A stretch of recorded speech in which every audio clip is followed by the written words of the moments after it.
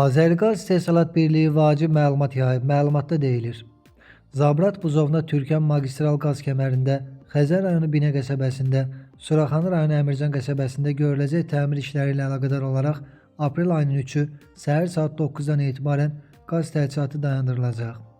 Bildirilib ki, qaz təchizatı dayandırılan müddətdə Binə qəsəbəsinin 11H saylı sahə, Əmircan qəsəbəsinin Rzayev küçəsi, Mərdəkan bağları, stansiya qala və Mərdəkan yeni yaşayış massivlərinin istehlakçılarının qaz təchizatında müvəqqəti fasilə olacaq. İşlər bitəndən sonra isə həmin ərazilərə qazın verilişi əvvəlki qaydada bərpa ediləcək.